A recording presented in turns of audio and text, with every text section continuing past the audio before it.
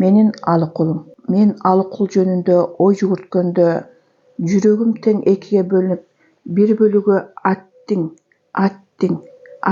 деп оорлуу соксо, экинчи жарымы ошол аттиң айларды мүмкүн болушунча жеңилдетүү максатында ыр деп болкулдайт. Бирок бир жүрөк экиге бөлүнүп, ошол эки бөлүк бири-бирине карама-каршылыкта согуп жатканын мен аябай кеч түшүндүм да момундай жыйынтыкка келдим. Бир бөлүгү чыныгы ырдан, Алыкулдун адамгерчиликтүү касиетинин, тубаса акындык дараметинин тереңинен оргуштап соксо, экинчи бөлүгү акындын тагдырына бүткөн кайгы-мұңду, өмүрүнүн кыскалыгына дарек берип жаткандыгында экен. Залкар адамдардын өмүрү өзүнчө бир жазылбаган дастан турат. Мына мен, мисалы, акынды көргөн билген эмесмин. Биз экөөбүздүн ортобузда көптөгөн жылдардан кыналган бийик дубал турат.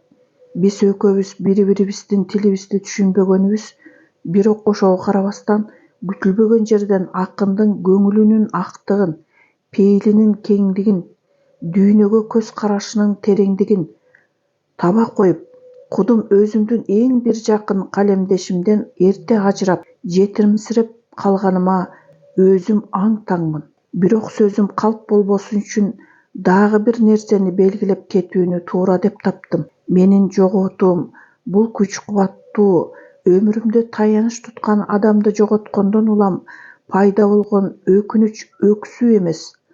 Тескерисинче, мен өтө назик, наристе пейил, тирүүсүндө жылуу сөз менен жана колдоо, кубаттоого муктаж болуп, эч бир адамдан ошол дооруна даба болчу мээрим күткөн адамыма жардам бере албаганыма өкүнөм. Мен Алыкулдун өрнөктүү өмүрүн эске алганда, адаммын дегенди ылгабастан жардам берип, ошол колдон келген жардамыма эч кандай рахмат күтпөй өмүр кечиргим келет. Деги турмуш дегенибиздин өзү кандай? Бири-бирибизге жакшылык кылуу көнүмүш адатпы же буга да атайын тарбия керекпи? Башкалар жөнүндө камкордук көрүү жөнүндө бизге жогорудан чоңдор, жетекчилер тарабынан көрсөтмө берилиши керекпи же болбосо жылуу сөзүбүздү башкадан аябоону табигый мыйзам катарында көкөрөбүзгө бекитип алышыбыз керекпи? Бирок дагы бир нерсени көңүлдүн борборунда тутуш керек. Маңызсыз, артында каны жаны жок калп мээримдүүлүктүн өмүрү күндүн табына чыдабаган шүйдүрүмдөй кыска. Андай калп мээримдүүлүктөн көрөктүү ачуу чындык миң мертебе абзел да, пайдалуу да. Бул жагынан ар бирибиз баласы үчүн өз өмүрүн кыйган энелерден үлгү алсак жаман болбос. Каны эмесе дагы бир эстетикалык кабыл алуу жөнүндө ойлонуп көрөлү. Баардык эле кооздук, көркөмдүк адам баласынын бөксө көңүлүн толтура береби? Же болбосо ар бир кооз нерсенин адам баласына тийгизген таасири түрдүүчөбү? Мисалы, мен мына азыр Гераклды сүрөттөн же скульптурадан көрүп турабыз. Чындыгында тулку бою келишкен, денесинин ар бир жүлүн тамыры анын сымбатын, күч-кубатын көрсөтүп турат. Ооба, бул өзүнчө кооздук.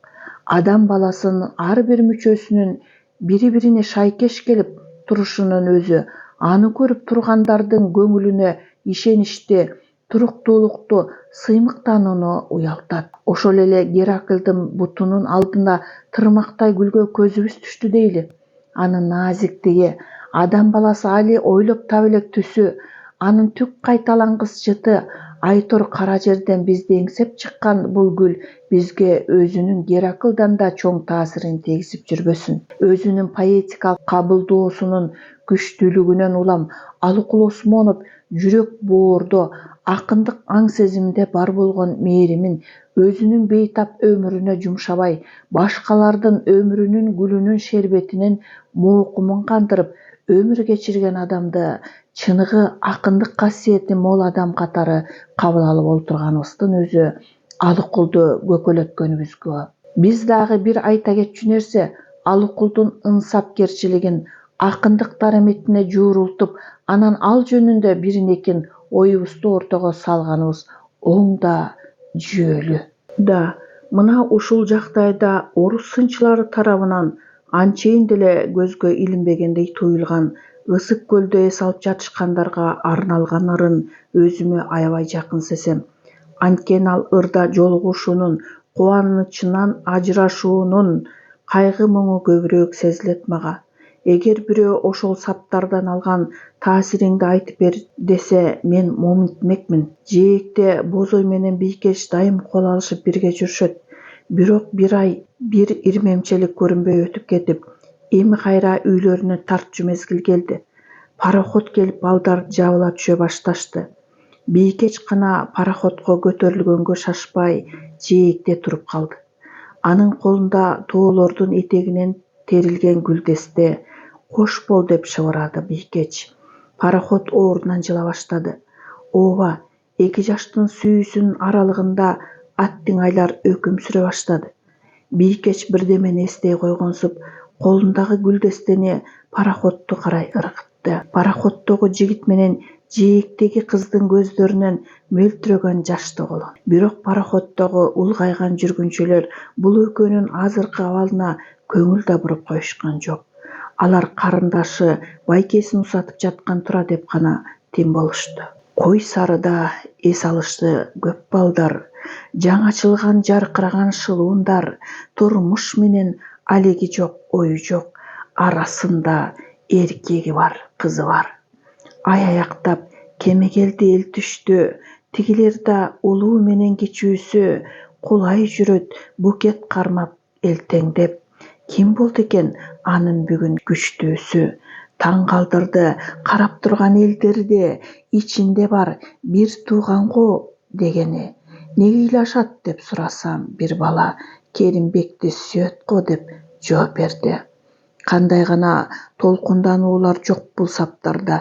2 жаштын махабатынын кубанычы, алардын коштошуусу. Коксалар эч качан кайра жолугушпай калышсачы. Көгүлтүр көл менен көгүлтүр асман ошол көгүлтүр түстүн как ортосунда жашыл сүйүн үстүндө ак жартак. Ажырашуунун негизги себепчиси пароход. Ушул саптардан улам Алыкулдун өзүнүн өмүрү болуп жүрбөсүн, Мобрек Саптария.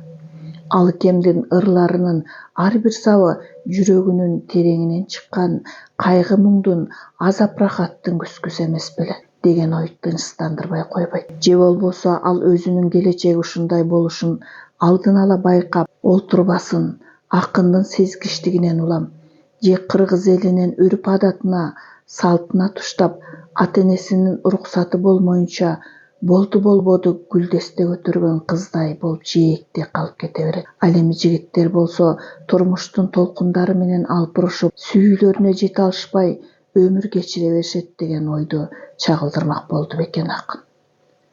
Жогоруда мен Алыкемдин бул ыры жөнүндө сынчылардын ой пикири жок деп натуура айтып койдум окшойт. Анткени акындын тигил же бул ыры жакшы момунусу Ортозаар деп айтуу анын акындык дареметине шек келтиргендик го. Анын үстүнө орус сынчылары негизинен которулган гана ырларына көңүл буруп келишкен эмеспи? Мына ушул жагдайда негизинен анын кайсыл ырлары которулган деген жүйөлүү суроо да туулушу мүмкүн. Биз орус окурмандары Алыкулдун чыныгы поэтикалык деңгээлин ушул күнгө чейин түшүнө элекпиз десем аша чапкандык болбосо керек. Анткени биз негизинен саясий социалдык жаңы турмуштун жышааны, коомдук түзүлүш, Өктөбүрдүн таңы, Кеңеш өкмөтүнүн саясаты жана башка ушул сыяктуу ырларын гана жакшы билебиз. Ал эми махабат, өмүр жана жашоонун өтө эле кыска экендиги жөнүндө жазылган философиялык ырлар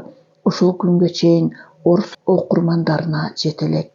Бүгүн кайра куруунун жана айкындуулуктун мезгилинде бул менин гана жекече оюм эмес, Алыкулдун мурасын толук орус тилине которуп, кыргыз элинин алдында гана эмес, жалпы орус журтчулугунун алдында да жүзүбүз жарык болууга тийиш. Поэзия өзүнүн көп кырдуулугу менен өзгөчөлөнөт. Бул көп кырдуулук, өзгөчөлүктүн албетте жакшы жери да, жаман жери да бар. Бардыгы акындын дараметине байланыштуу. Бирок бул да турмуш чындыгы. Совет поэзиясына көп кырдуулук таандык болуп калышы эреже катарында кабыл алынып калгандыгы да чындык. Көп кырдуулуктун жаман таасири менимче момунда.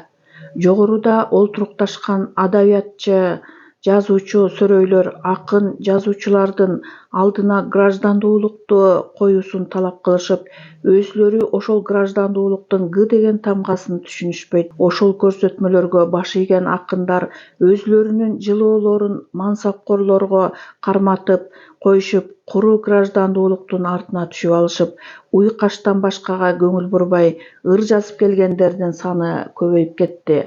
Акындардын дагы бир тобу турмуш чындыгынан өздөрүн четтешип, куру философиялуулуктун агымына түшүп алышып, калбырга суу куюшуп, ошол калбырдан интеллектуалдуулуктун маңызын издеп келишти. Ал эми Пушкин, Лермонтов, Алыкул сыяктуу чыныгы интеллектуалдуу акындар жөнүндө түк сөз козгошпой, аларды эскирген акындардын сабына кошушуп, ал эми өздөрүнүн калп уйкаштыктарын жаңылык катарына кабыл алышат да төштөрүн койгулашат. Дагы бир тобу өзүлөрүнүн акындык дараметтерин ырларынын мазмунунан издешпей, жарык көргөн китептеринин жалпы санынан жана ар бир китептен орун алган дастандарынан издешет. Алардын китептери дастандары айтканга гана китеп жана дастан. Ал эми чын-чынына келгенде китепчелер чыныгы акындарды туурамай гана болуп калган. 5-ден, 6-дан деп уланта берсек болмок. Бирок мындан эч кандай майнап чыкпайт деп ойлойбуз. Мен акындардын түрлөрүн иликтеп жаткандыгымдын жүйөлүү себептери бар. Анын негизги себептеринен болуп, Алыкулдун чыгармачылык жолу дал 30-40 жылдарга туш келип, биз жогоруда белгилеп кеткен поэзияны түшүнгөн жогорку тепкичтеги мансапкорлор бийликтин кыл чокусуна конуп алышып, тилинин учу менен буйрук берип жаткан алааматтуур эле. Демек, Алыкул ошол азаптуу жылдардын босогосунан өтүп, төрүнө жетейин деп калган учур экен. Бирок менин жекече оюмча, ошол кара төргө жетпей калган бактылуулардын бири болуп Алыкул саналат. Кара төргө жетпей калды дечи Алыкул. Бирок ошол сандырак жылдардан өзүнө тийиштүү жыйынтык чыгарып алганы акындын ырларынан байкалып турат. Алыкулдун лирикалык ырлары мунун айкын далили боло алат. Анткени акындын лирикасынан көркөм поэтикалык каражаттары, дүйнөгө көз карашы, ыргактарынын шайкештиги, жалпы эле ырларынан аңкып турушу лирикалык каармандын, башкача айтканда акындын өзүнүн дүйнөгө болгон көз карашын айгинелеп турат. Демек, акындын ырларынан, поэмаларынан турмуш чындыгынын ачуу таттуу шарабы тамып турат экен десек, аша чаппастык болбос. Мына ушуларды ойлоп, Алыкулга окшогон далай акындар өздөрүнүн ой чабытын чыныгы поэзияга эмес, көр турмуштун желесине кабылтып калганына өкүнөсүң. Өкүнөсүң дегенибиздин эң негизги себеби ошол калп турмуштун илеби өзүнүн таасирин Алыкулга да тийгизбей койгон жок. Алыкулдун трагедиясы дал ушунда. Бирок бул трагедия негизинен анын жекече гана өмүрүнө таасирин тийгизип, акындын дарамети талыкпастан улам мөрдөн олтурду. Чыныгы акындык касиет дегенибиз менимче мына ушунун өзүндө болсо керек. Алыкулдун ырлары ар бир окурманга жеткиликтүү, анткени эч кандай чалдың куйдуңдук, чырмап чиркешкендик, эл оозунда жок сөздөр колдонулбаган. Сөзүбүз куру болбош үчүн могул саптарга кайрылып көрөлү. Ким өмүрдө кан кечсе биз менен, ошол болот мага курдаш, мага жар, кайыңды. Мен бул мисалды жогоруда айтылган өзүмдүн пикирлеримди толуктаганы гана келтирбей, муну менен өзүмдүн башкы оюмду ортого салмакчымын. Алгач Алыкулдун чыгармачылыгы менен таанышканда мени таң калтырган булар эле. Ушул жапжаш бузулан өзүнүн алгачкы ырларында эмне үчүн балалык кыялданууларды элдик оозеги чыгармаларга, айрыкча жомокторго кайрылбастан түпөдөн түз турмуш чындыгына кайрылды экен? Анан өзүмдүн бул суроолорума жоопту тапкансыдым. Балдар үйү анын балалыгын кыскартып, чоң турмуштун деңизинин толкундарына эрте калкытпады беле? Алыс кеттим, бармын, өлүү эмесмин. Мен барбасмын, сен да мага келбессиң, жан боорумдай көңүлүмдө көз жашың, ата энемден көз жаш көргөн эмесмин. Гурыйна Савельевнага. Андан соң акындын Кыргызстандын борборуна келиши, коомдук саясий иштерге бүтүндөй чуңкушу жана да узак мезгилге СССР жазуучулар уюмунун Малеевкадагы чыгармачылык үйүнө барышы өздөрүнүн оң таасирин бербей койгон жок. Анын ички дүйнөсү, адеп ахлагы, поэтикалык кабылдоосу кеңейип, чыгармачылыгынын илеби кыргыз журтчулугун гана жылытпай, анын илебинин табы кеңейгенден кеңейип олтурду. Бирок менин оюмча, Алыкул өзүнүн чыныгы акындык дараметин негизинен элдик ооз-эки чыгармалардан курчтуу десек жаңылыштык болбос. Башкача айтканда, элдик ооз-эки чыгармалар акындын жүрөк боорунун табында жылып, аң сезимде кайрадан иштелип, чыгыныгы философиялык көз карашта жазылган ырларга жана поэмаларга айланып жатты. Демек, Алыкулдун поэтикалык башаты айланага, чындыкка, өзгөрүүлөргө чыныгы элдик көз карашта болгон экен. Анын көсөмдүгү жөнөкөйлүктө. Ал эми жөнөкөйлүк бул чоң көсөмдүк жөнөкөй сөздөр менен жеке коомдук, доордук өзгөрүүлөрдү сүрөттөө. Ар бир эле акындын колунан келе бербейт. Буга могул саптар күбө боло алат. Өмүрүм кетти жыргалда, заманым жигит чагында, шуңкарлар жүрдү үстүмдө, кабыландар жүрдү алдымда. Ар жашаган күнүмдүн 1000 жылдык салмагы, ар бир өткөн жылымдын бир кылымдай ардагы. 5 жашарга бербеймин. Мына ушул саптардан улам акын жөнүндөгү дагы бир ой туулат. Бул өтө эле токтоо жана ойго батуучу ырда көп нерсе камтылган. Бирок ошол көптүн ичинде бир гана нерсе жок. Акындын турмушка болгон наалуусун гана жолуктура албайбыз.